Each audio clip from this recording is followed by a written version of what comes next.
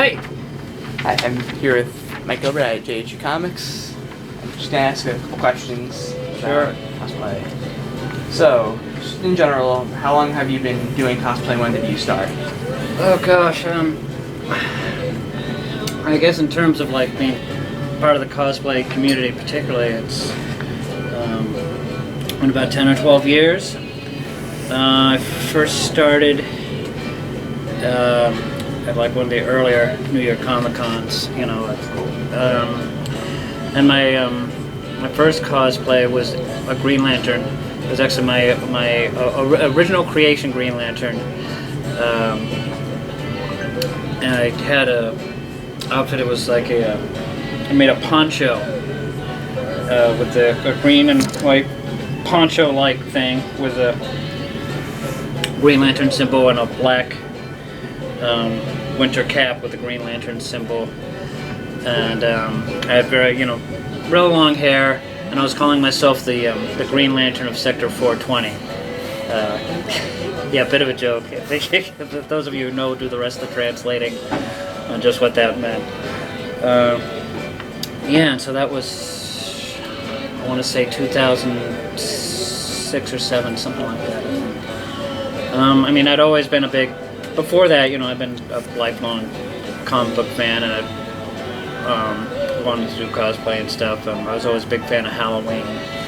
I think my first superhero costume, I was like 4 or 5 years old, and my mom made me a Batman costume because I was heavily into those Adam West reruns. Cool. So what characters have you cosplayed? What characters have I cosplayed? Well, there was that Green Lantern. I've done Red Tornado, and I've done that costume a couple of times. I did one that was really great, very shiny, a very shiny spandex. But that one, it ended up, after I put it into storage, it stuck all to itself, and all the shiny bits came off, and so I ended up making another one. And I'm talking about the Android version of Red Tornado. My wife has actually done the Mahunko version. Oh, it's really cool. Yeah. I've done Elongated Man, the Riddler. My wife did Penguin one time when I did that. I did a Mr. Miracle that was also very shiny fabric. My wife did Granny Goodness when I did that. That one I wore once, and I liked it, but it did have certain flaws, and the cape was way too heavy and kept pulling, whatever you call that, the cowl, that high back cowl kept flopping over.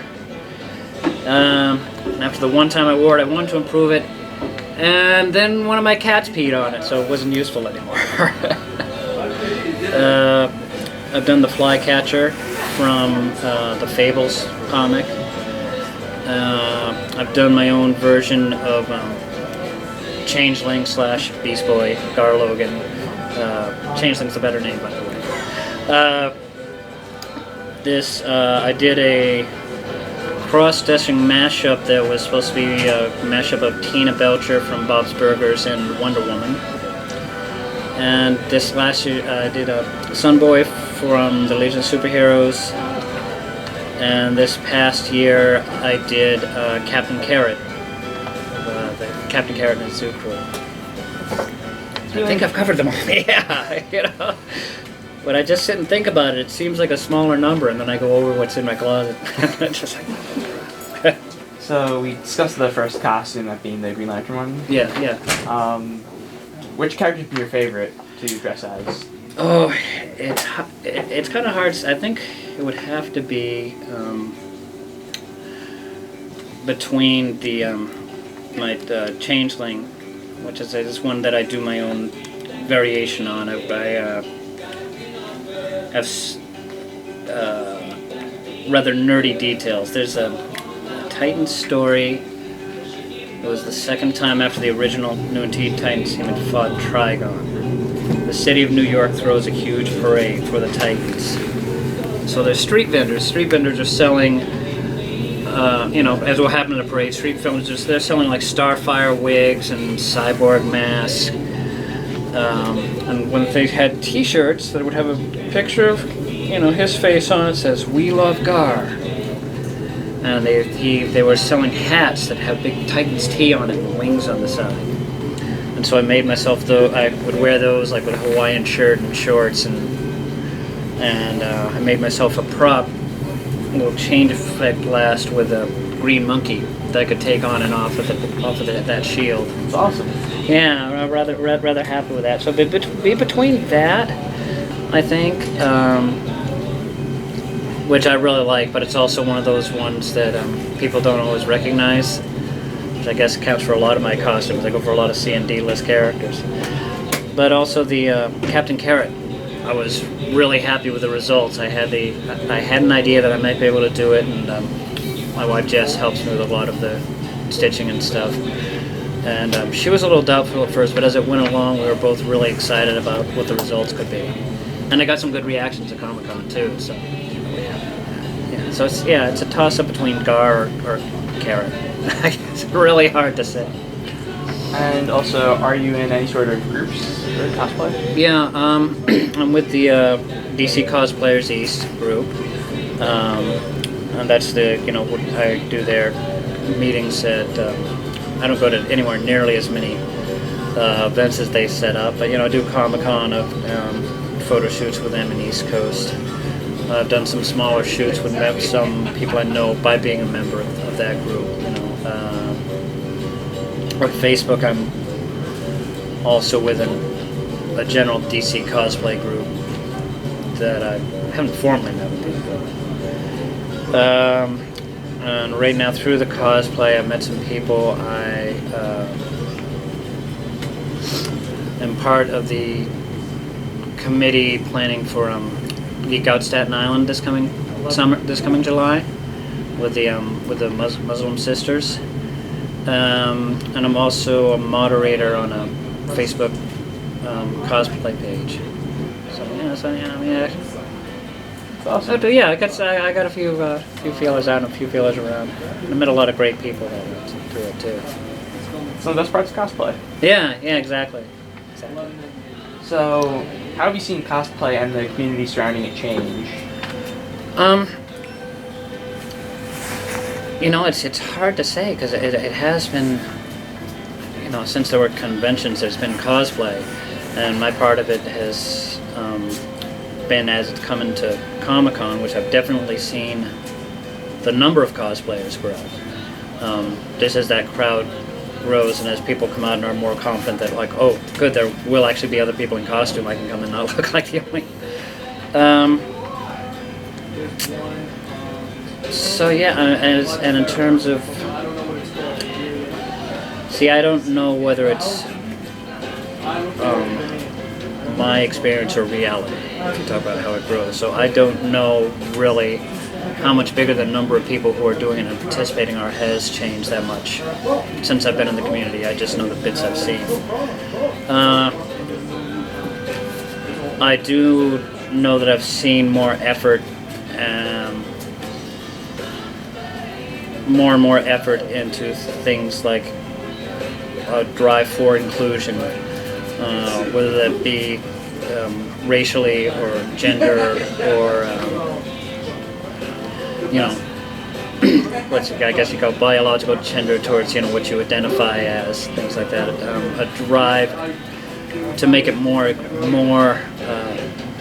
widespread, more acceptable, more open, which I think is probably the biggest part, at least the most important part of how it grows and how it needs to grow.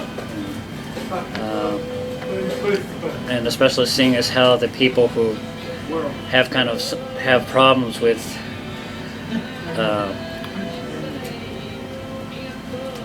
blacks, like Black Superman or or a woman, or a female Robin or any of the thousands of things that people like that can just get upset and verbal about. I think the pushback has grown too. The pushback and yeah, I think so. I think I'm just trailing off into babble here. We can go on in it. So, are there any particular genres you like to use for costume inspiration? I mostly tend towards superhero, and mostly DC. And a lot of, as I say, lowerless characters. Like Red Tornado and Elongated Man. Don't get, are harder for people to identify. Even Sunboy, which was big when I was Legion was much bigger when I was growing up in the 80s and 90s. And when I dressed as him, just about everybody, and I got a good number of people coming up. Oh wow, Sunboy, that's great. Almost all of them were guys in their 40s and all.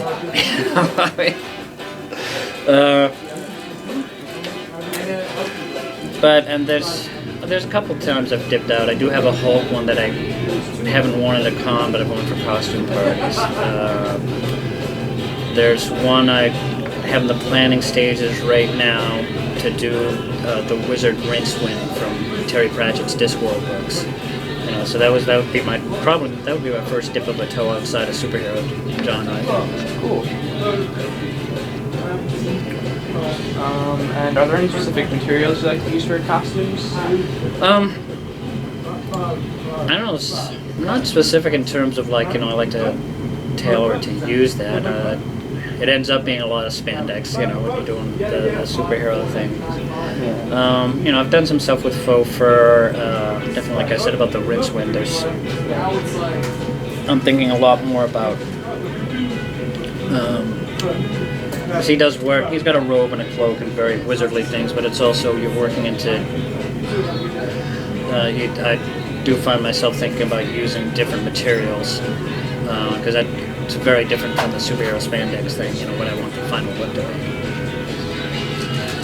Yeah. I think that's about as again, it's part of exploring that, part of finding that out was again I'll be working with something very different. And you spoke about how you got started in cosplay too. Yeah. That's pretty cool questions. Okay. Is there anything else that you feel is important to mention involving cosplay?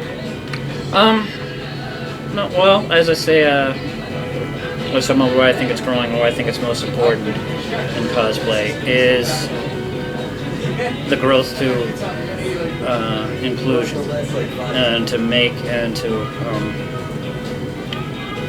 people aware that anyone can cosplay. I see it on the boards all the time, and I was aware of it, but being on these message boards makes me even more aware. People with body image issues, and they're like, people. It's most often young women who are like, oh, I'm overweight, I don't know if I can wear this and look good. And just trying to reassure people like that, yeah, because the anyone who's gonna naysay you is a jerk anyway. Nobody needs that. It's all about fantasy, the fantasy in the play, peacocking, trying to make yourself look what you think is best. Trying to have fun, and pretending, to a certain degree, you're a kid playing dress up, and you're imagining you're that character, and anybody and everybody should be able to do that, and I think that's like the biggest message that needs to be got out there in terms of the community, and in terms of other people understand it, and even the people who are outside, and don't understand what it's all about, what it's all about. It's no different than wearing a football team jersey. Wearing your ball caps or anything you wear, any accoutrement or accessory that you wear to show you're a sports fan. It's the same damn thing, It's just taking it another step far and hanging out with people who feel that same kind of passion. It's actually a really good way to look at it. All right, thank you. Well, thanks. Thanks, man. Thanks for having me. Anytime.